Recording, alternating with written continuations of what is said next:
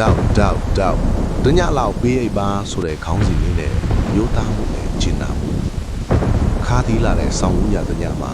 မိုးတွေကတီးထန်စွာစွာသွားနေပြီးလီပင်းတွေကလည်းတဘောဘောတိုက်ခတ်နေပါတယ်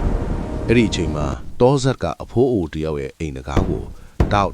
က်ဆိုတဲ့အတန်နဲ့အတူတစုံသေးလောက်ကလာခောက်ပါတယ်တကားဖွင့်ကြည့်လိုက်တဲ့အထာမိုးရေထဲမှာတုံရင်းရွနဲ့ရက်နေတဲ့လမ်းပြောင်နေသူခရီးတဲ့တူကိုတွေ့လိုက်ရပါတယ်ခရီးတဲ့ကအဖိုးခမမိုးကလည်းအရန်သီးလမ်းကလည်းမောင်နေလို့ဒီညတညလောက်ပေးအိပ်ပါရစီလို့ရိုးတေးတောင်းပန်ပါတယ်အဖိုးအိုဟာအင်းချင်းလေးမှာနေရပေမဲ့စိတ်ထားခြေပြန့်သူဖြစ်လို့လာပါကွယ်အိမ်ကတော့တေးပါတယ်ဒါပေမဲ့မင်းအတွက်နှွေးထွေးနေစရာတနေရာတော့ရှိပါတယ်ဆိုပြီးဝမ်းမြောက်ဝမ်းသာလက်ခံလိုက်ပါတယ်အဖိုးအိုဟာခရီးတဲ့ကိုနှွေးထွေးတဲ့အဝတ်အစားတွေလဲပေးပြီးသူပိုင်ဆိုင်တဲ့ရိုးရှင်းတဲ့ပလောင်မှုပြုတ်လေးကိုလည်းမျှဝေကျွေးမွေးပါတယ်ခရီးတဲ့ကအဖိုးအိုရဲ့ဆင်းရဲပင်မတဲ့ဘဝကိုမြင်ပေမဲ့အဖိုးအိုရဲ့မျက်နှာမှာတော့သူတစ်ပါးကိုကူညီခွင့်ရလို့ပျော်ရွှင်နေတဲ့အရေးအယောင်တွေကိုသာတွေ့ရပါတယ်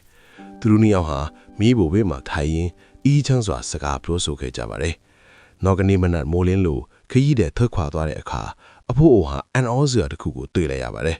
ခရီးတဲ့အိတ်ကလေးနေရာမှာရွှေတန်ကားအိတ်တအိတ်နဲ့အတူစေရနာရှင်အဖိုးတို့ကျေးဇူးဆက်ချင်းခဲ့ပါတယ်ဆိုတဲ့စာတိုလေးကြံရိပ်ခဲ့ပါတယ်